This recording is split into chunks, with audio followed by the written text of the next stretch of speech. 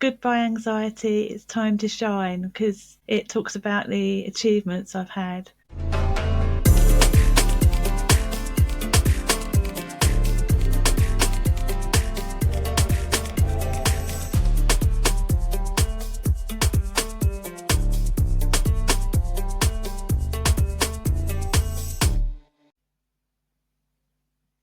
Hi, Sam.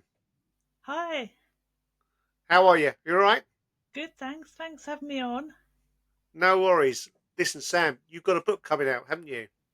Yeah, it's my third book.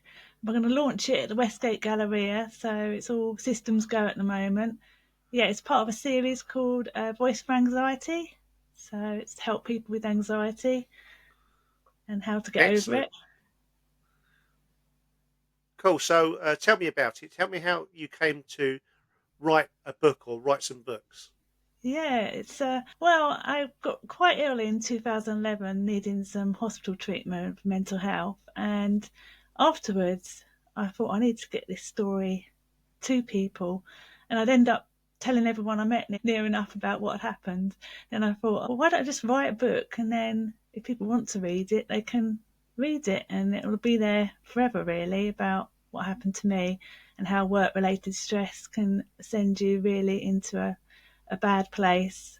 And it's taken me, well, 12 years to write the books, and it all happened in 2011. So, quite a long time to recover from it all. My last book, the one that I'm launching, is called Goodbye Anxiety, It's Time to Shine. So, I do feel I've pretty much got over it now, although I'm still on medication for anxiety, which keeps me on a level. It's quite a low dose, but yeah, just to think, wow, I've come a long way.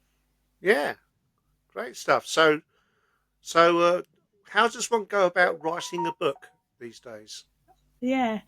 Well, I wrote just about what happened to start with. So, from the day that it all started and the day I went into hospital, and then about where I stayed at Sapphire Ward in Medway, and all the things that happened in there and what I could see and hear, which weren't actually happening, that were related to my work. So it's definitely work related stress because I was seeing things from work, and how the family supported me and the nurses helped me, and people inside the unit were very helpful too.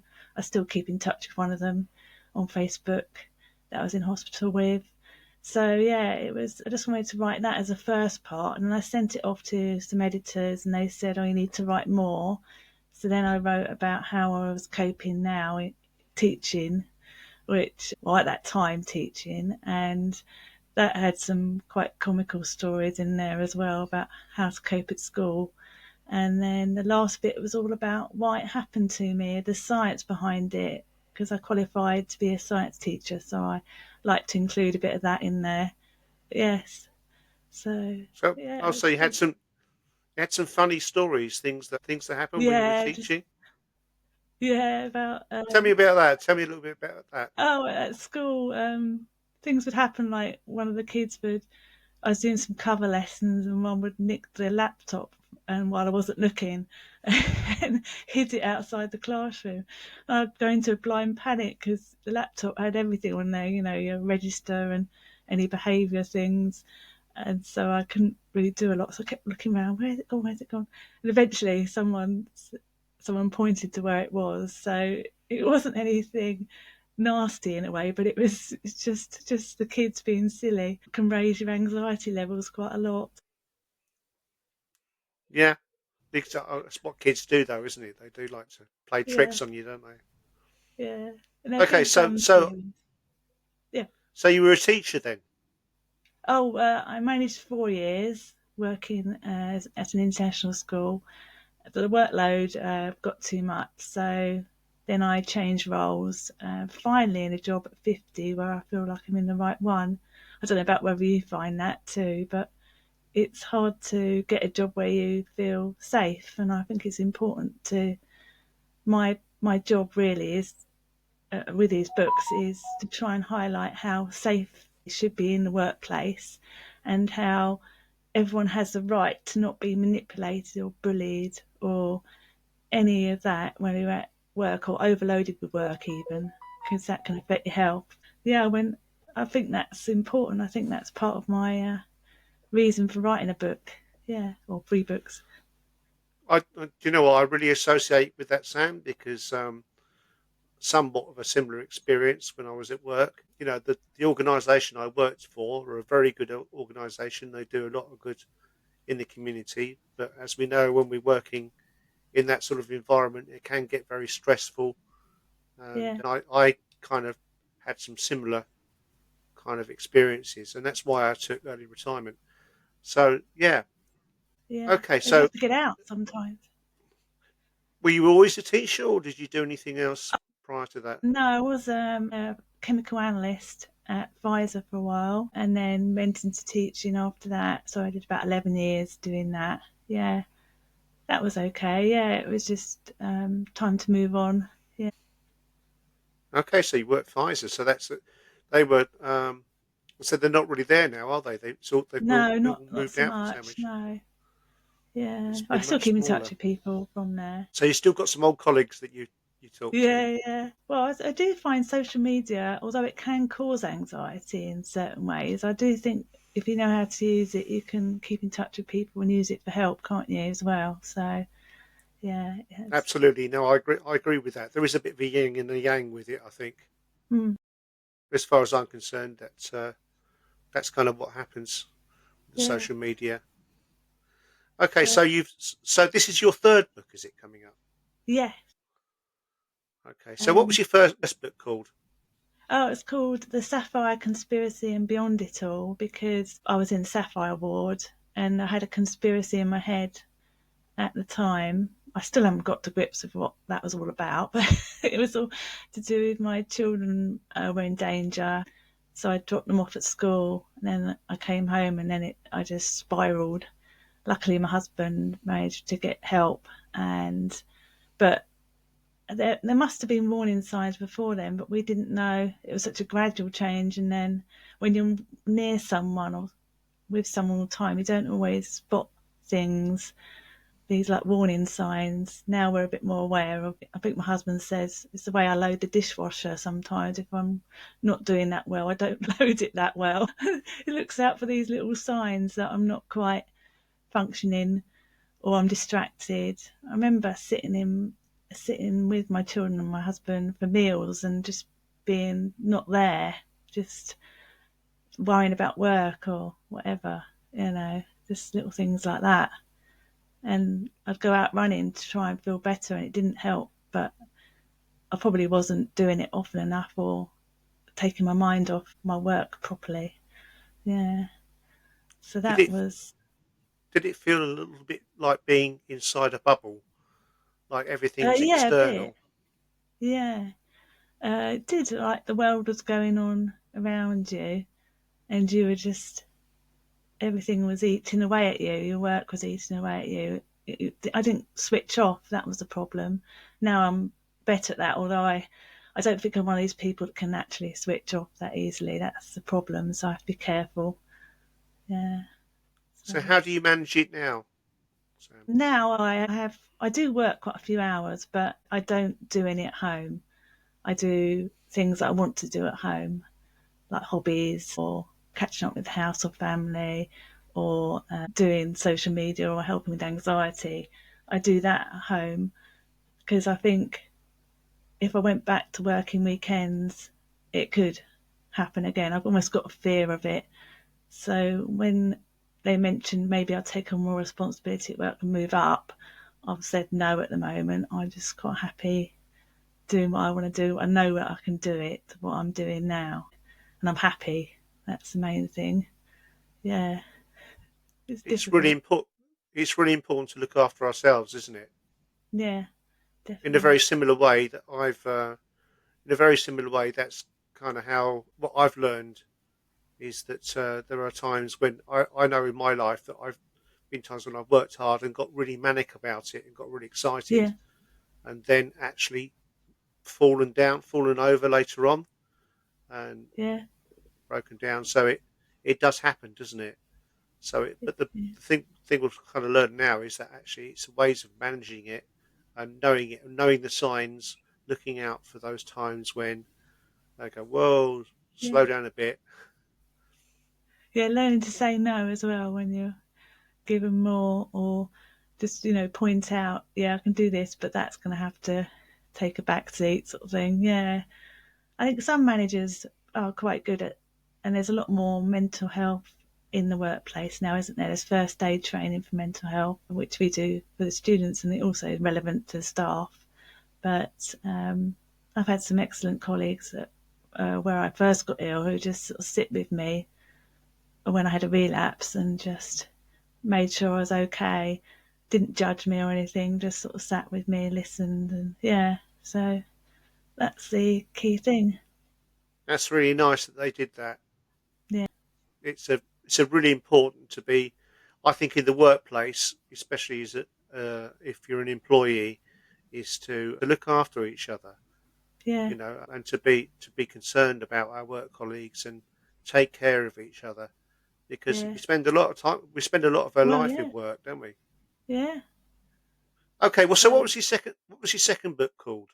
yeah, that was moving away from anxiety and writing a breadcrumb list, because I wanted to write a list of advice for my children. Everyone's got their own list of advice as they go through life, and I think it's important to pass it on even to others, just, from a breadcrumb list from the story Hansel and Gretel, where they follow the breadcrumbs back home, or they aim to follow the breadcrumbs back home. So it's sort of that sort of idea with even from childhood, what I learnt from childhood right up to my age now. So little snippets.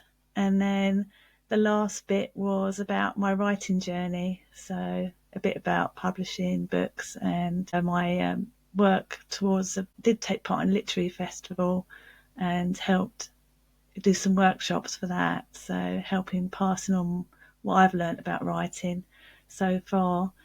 Yeah, so I mean, I will write again. I just don't know what I will write yet. So you said the last part, is that your last book, or was that the last part of the second book? Oh, last part of the second book, yeah. So the the last book I've just written, that was more about. Well, I wanted to do a bit of short fiction because people said, "Oh, why don't you write a little story?" So I've done that at the end, a short story, but again, using some of my experience from life, about how anxiety affects people. I won't spoil the story. It's about three girls that go to Dartmoor, three women, and experience a few things while they're out walking. So yeah, and the first part of that one was how I'm doing. No, it wasn't. It was the walk around Kent that I did. So with a friend and her dog, and we had a walk all the way around Kent, about 200 miles worth, and for Parkinson's, because I was diagnosed with early onset Parkinson's when I was 44. That was important for me to do. Oh, really? So I didn't realise. Oh, so you've been diagnosed. That's quite a. How do Yeah. you manage that these days? Well, I'm on a tablet called Razargeline, which does help in the mornings. And I had a recent scan which didn't show any degeneration, which is good. But I've just got to keep an eye on it. And yeah, I do have a shaky left hand and tremor. I do get anxious. Anxiety is one of the symptoms of Parkinson's. There's about 40 symptoms, I think. But yeah, anxiety is one of them. So I did try and look into whether Parkinson's caused my breakdown or made it worse, or whether the breakdown almost brought on those symptoms. So yeah, it's a hard question really. I just need to know. I've got an excellent neurologist in Margate, so she's absolutely brilliant. Yeah, so got support. Good. Okay, so a question I ask all my guests, or nearly all of my guests. Sam, what brings you peace? Yes, it links to your title, peace. Right, definitely family and the cat. When I come home, just sit with those guys. Peace, yeah, quietness, nature, going out, taking pictures of birds. I joined the local bird club, and that for mindfulness is great because you've got to concentrate on, the now and looking at nature when you're taking photographs. Yeah. Oh, now art, obviously. Art, yes, I do like art. The last time I was in a studio like this was creative change workshops in lockdown, where we all talked about our art that we were doing when we were in lockdown, and it helped mental health as well. Yeah, peace is very important, especially at our age. Certainly is, isn't it? So you like nature, you enjoy nature, you've gone for lots of Yeah, walks. yeah. Uh, Uh, so before I start walking, sometimes I'm a bit anxious, and then as soon as I start walking, I've done a mile or something, it goes. Uh, Recently at Christmas, when I was having a bit of trouble with contracts because my job was a new role and it wasn't quite clear where I was going to go, I had to keep going out for walks so much so that one of my toes went black. But I had to keep oh out going gosh, out walking. Yeah. So everyone's got their ways of getting over things. You just got to find it and do it, haven't you? absolutely. Just remind me again that the latest book, the one that's due to come out, is called. Goodbye Anxiety, it's time to shine, because it talks about the achievements I've had in the past few years. I've had quite a lot of my achievements recently, organising and setting up a art exhibition for my school, another school, and the Fenwick Coast project where I volunteer. So that was a big achievement. Also, reading out at my sister's wedding in front of YouTube. I could never have done that when I first came out of hospital, or even before I went in hospital, really. I think you can get in a vicious cycle if you don't do things because you're anxious. It gets worse because then you don't get a sense of achievement and you don't build confidence. And yeah, I know it's easy to say to do it, but just be kind to yourself and do it gradually. Don't expect it all at once. Yeah, I think It that's takes quite pa- good advice.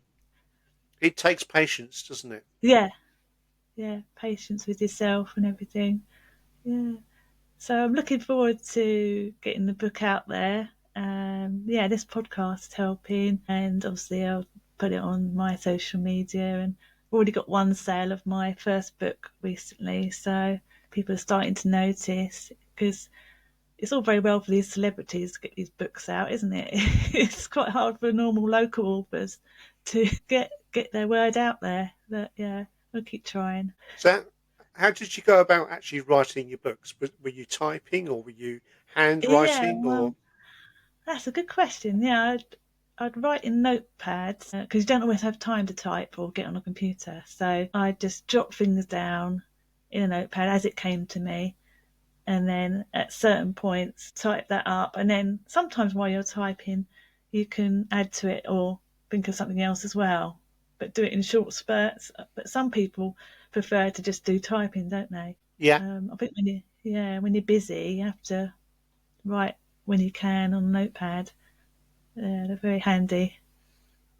I found it interesting today watching the news this morning about the chef Jamie Oliver who Oh yes, who's dyslexic, and yeah, he said that he's written books, and how he wrote books is that he would just verbalize and record mm, what was said and then transfer that into text. I thought that yeah, was really dictaphone. interesting. Yeah, Yeah, it was.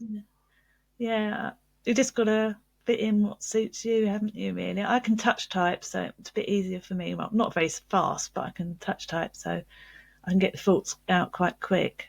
And then once you're near the end of the book, I printed it out and then fiddled with the layout and got my book checked by Helen Baggett. She's a very good author and checker who is online. You can just send her your work and she'll charge you per words for how many words to check and then send it back. And she's also quite helpful for Amazon publishing. She'll help you with the process of that. But yeah, there's people out there that can help with that. And my sister did the artwork for the books. So yeah, oh, so you go to so it's available on your books are available. Well, your new one will be available on Amazon, and yeah. your first two are already out on Amazon. Yeah. Yeah, they're on Amazon. Yeah, the first two have got the Kindle versions. I haven't done that for the last one yet. I think the first one's got an audio book, but I haven't organised it for the other two.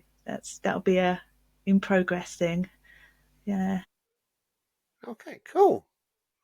That sounds really, really interesting. You're inspiring me to think about Oh, writing a good. book because I feel like I've got a story myself. As a Yeah, just an everyday guy that's just work issues and stress issues that I had, and I feel yeah. often feel Because like I've got a story to tell.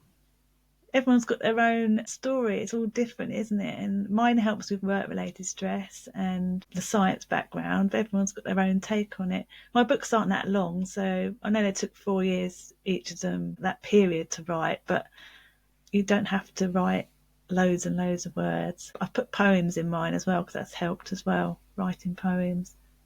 Yeah, I found that when I got really stressed, I found that actually I get inspired to write some poetry, and yeah, and I've said this before. It's one of those things is that when we're really stressed or really not feeling particularly well, that's when the creative side comes out. yeah. You feel able to express your emotions and able to Yeah, I did to some better get. colouring while I was in the hospital. I kept everything that I did in hospital, so I did that, the colouring art. I also wrote down all the names of the rooms in the Sapphire Ward, and it shows how bad I was because it talks about things that I heard people say, even though it wasn't said. So someone would say cool, and I'd hear it as kill, or someone would say um, arrest, as in police arrest, and I would think it was no. Sorry, they would say a rest as have a sleep or a nap, and I thought it was arrest as in police arrest. So I got confused between the words that I was hearing. So it shows how bad I was. I was looking through these last night, thinking, "Oh my word!" Um, I'm glad I kept it all because it also shows the reason why I got ill. It talked about where I worked, and it said don't trust, and then the company I used to work for. So yeah, um, I don't know if anyone else does that, keep all their notes from hospital, but it's really quite interesting. It sounds like really good advice, Sam, Mm, to do that. I know for yeah, myself that I've only been in hospital once, and that was during COVID. And I was really quite unwell in end of yeah, 2020. And one of the things I wanted to do when I came out, as part of managing the trauma of it, was to write about it. yeah, Um, and I think it's really important. What I've learned through the job I used to do, which was with drugs and alcohol, was advise people is that and I find it even now, if I get really stressed out about something, I find that actually writing it down yeah, gets it out of your head, yeah. and it places it somewhere.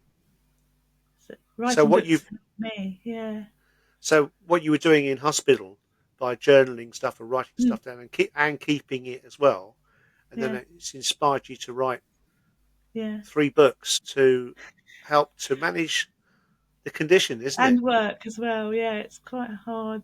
People could go, and how did you manage that? But again, it was just writing bits here and then.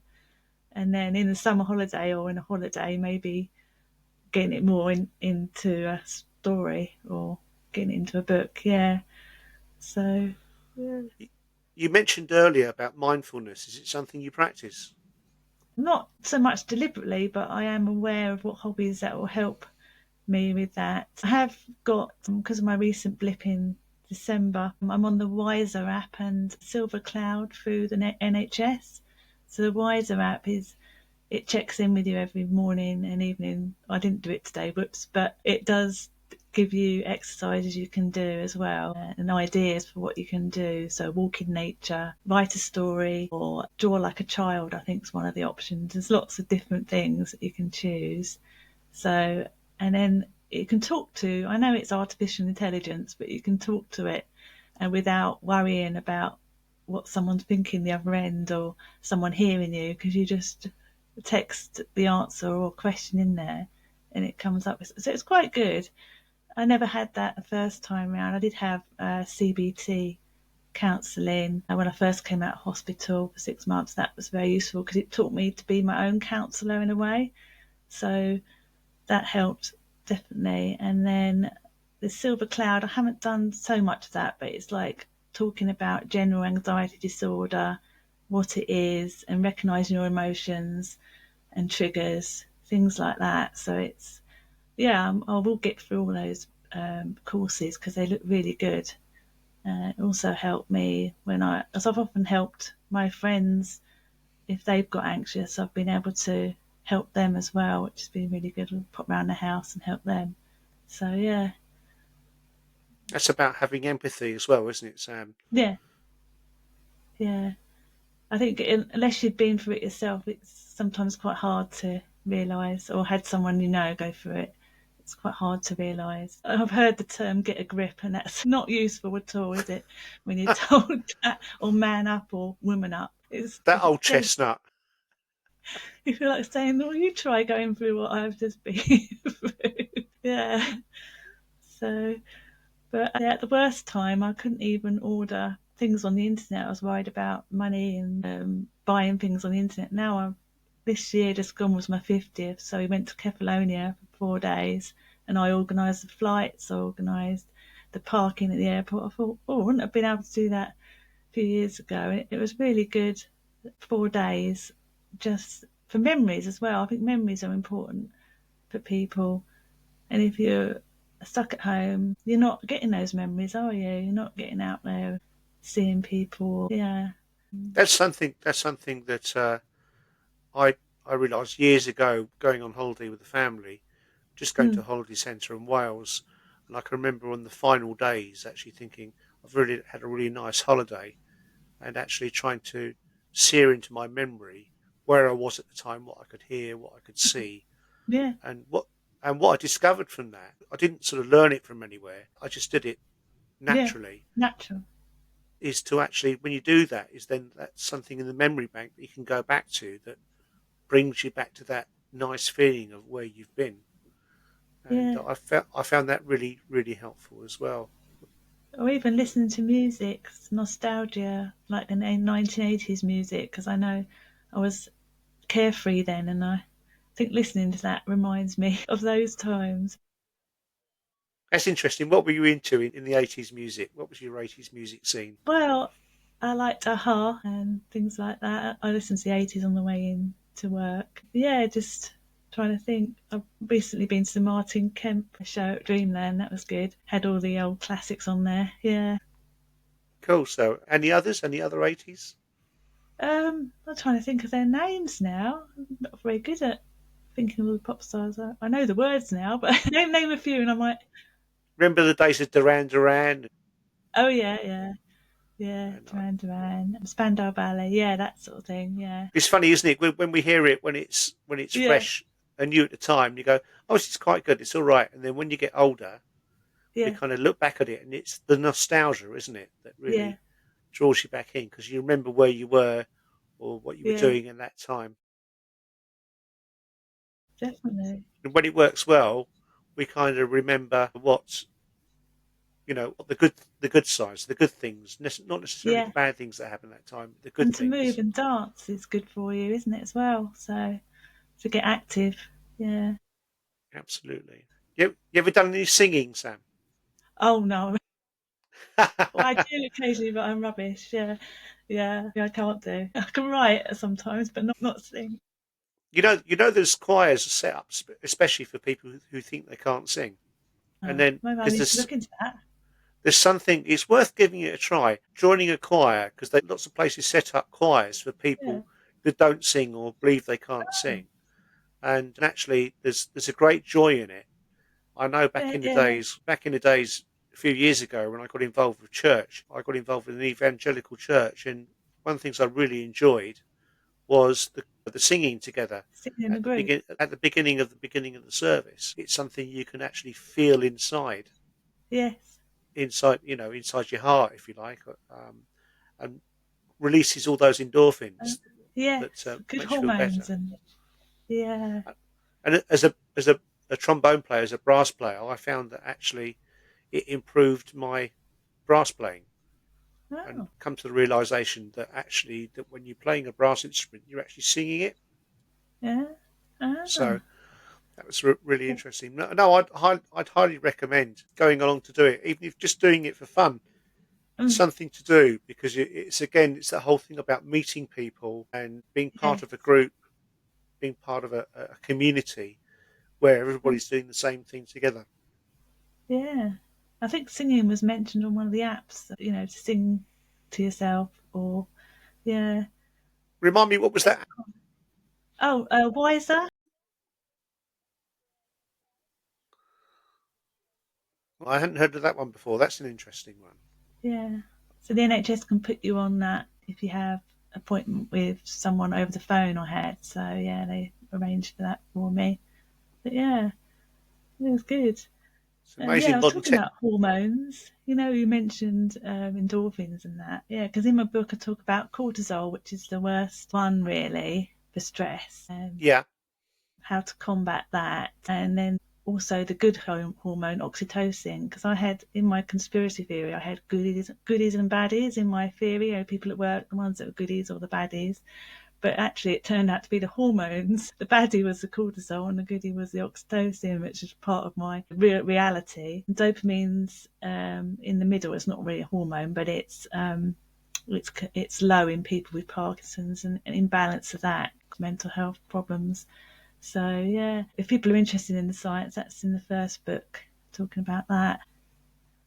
so you were working at Pfizer as a scientist, yeah, when you were there. Well, it's quality operations, so I was testing samples around the site and also tablets to start with and blends, checking out the right specification. So yeah, there's a lot of analytical chemistry that way. Yeah, following procedures and that. Yeah, uh, it was good and good people, but as you say, it's sort of moved on, hasn't it? So Yeah, yeah, takes a lot of focus, doesn't it, to do that sort of yeah, work.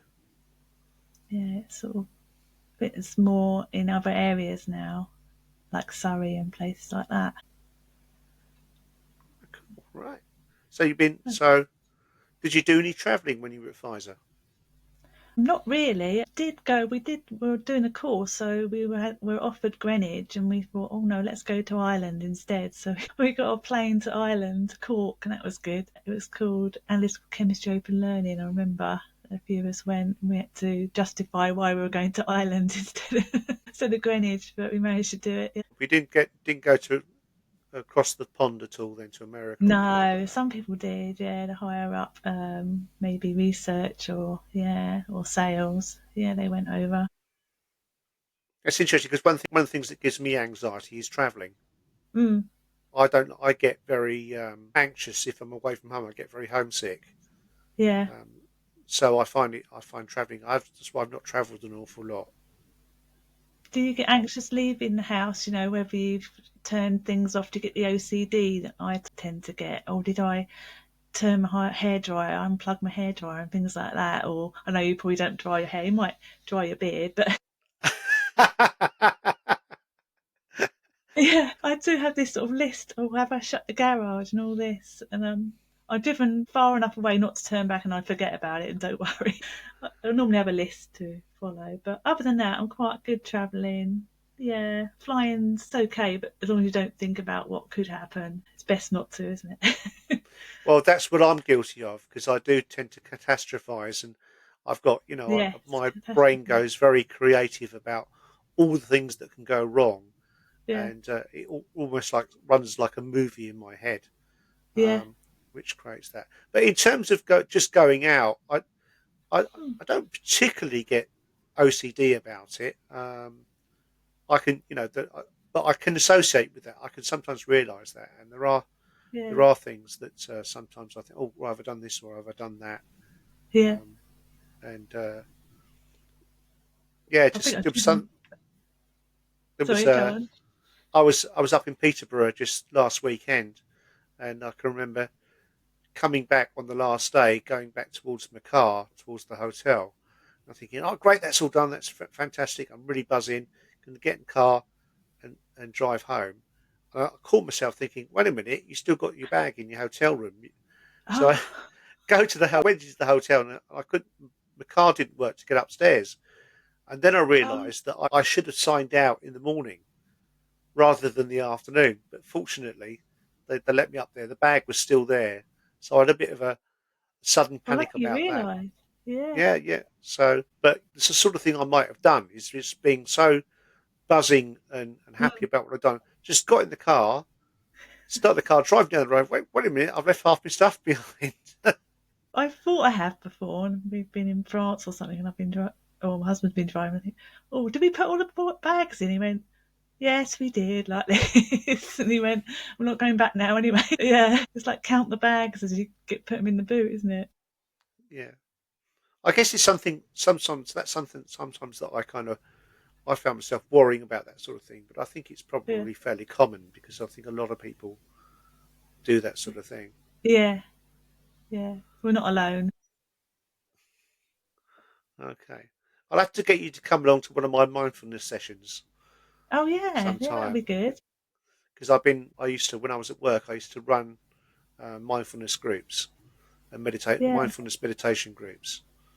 They work really well. But I think mindfulness is not just about meditating yeah, in the form of just sitting in a chair and mm, doing it, but it can be done like you said, like yeah, going out walking yeah, in walking and being out and about nature and noticing what's around, all the yeah. beautiful things that we've got around us. Because when you're at the height of worry, you're not noticing, are you? And it doesn't help. Yeah, Yeah, yeah, yeah, ruminating, isn't it? The yeah, danger is ruminating, isn't it? Did you find definitely. that? Did you find that you used to ruminate a lot? Yeah, I think so. Just go round in circles and then, yeah, just not talk things through. I think just sort of go in my own little worry world. Yeah, like I said, a bubble, didn't you earlier? Yeah, It's a quite a frightening place to be, isn't it, when it mm, happens? yeah. Um, My sister used to phone me up quite a lot when I was in hospital, so that was good. So I talked to her because she was up in Birmingham. She couldn't really come down and see me. But my parents came and saw me, and my husband obviously. They didn't let me see my children for the first few days, about a week and a half, because they didn't want them to see me like that, which is a very good point. But when I did eventually see them, I think they understood, although it is hard. They were quite young to understand what was going on. But the older one, my older son, was a bit more affected. But yeah, so there's a bit of guilt there. I think guilt has a lot to do with mental health as well. But yeah, yeah, I'd agree. I so, think that guilt is something that can be mm, quite troubling, and it's trying to find ways of actually managing that and yeah, finding out whether that is it. We're tempted to feel the guilt's real, aren't we? yeah, this sort of can eat away at you, can't it? That's it. Yeah, and you might be guilty for no reason, So yeah. Okay. So you're enjoying your job now, then, Yes, are at you? last. It's busy. I think busy, busy, good busy. I feel like in some workplaces, I felt like I was afraid of doing something wrong, whereas this one, I pretty much know what I'm doing. And yeah, if you do make a mistake, we're just honest about it and things. But yeah, some workplaces, I'd sit outside not wanting to go in. It's not good, is it? Yeah, yeah, yeah. No, I can associate with that Yeah, very very much so. yeah, And I think it's finding that place where mm, you move on. yeah, The other part of what I do, the other part of the um, little thing that I set up really was this is the podcast is called Peace Unplugged, but the yeah. mindfulness side is called Life Chapters Wellbeing Service. And I Huh? came up with that because I think we do go through life chapters. We do move through our life through different parts of it, Mm. and part of that moving through is we learn as we go along, don't we? Never stop learning stuff. Yeah, never stop learning, definitely. I'm going to start another course soon, but yeah, just helps you do your job better, doesn't it? And it just gives you confidence, and then you're But learning about mental health as well as you're going along and what suits you. Yeah, always learning, definitely. So what course are you going to be doing? I'm going to do career advice. It's at level 6, so it's quite a high course, but yeah. So I've already started helping children at work with their career aspirations, and yeah, it's really rewarding. So that also helps when your job's rewarding, doesn't it? It gives you that sense Absolutely. of helping people. Yeah, because it's the Mm. giving back So, thing, isn't it? Yeah. yeah, that's it. Oh, Yeah. And it's not a chore okay. because you sort of sit there and you think, oh, everyone's different. They've all got their own different ideas what they want to do. And yeah, we've got like fashion marketing ideas. We've got people who want to work for JCB. We've got all sorts of careers coming out. And newer one, Accurist or something, where they're looking at financial forensics. I think it was called. They were looking at or finances. Yes, that was a new one for me. Yeah, I've not I heard of need that to before. read. I That's need to regurgitate that A to Z of careers, but it keeps growing every year. There's new careers, isn't there? yeah, yeah. Yeah. Okay, so remind me of your launch day for your book. Oh yeah. So 22nd of March. So it's not this Saturday coming. It's the following one.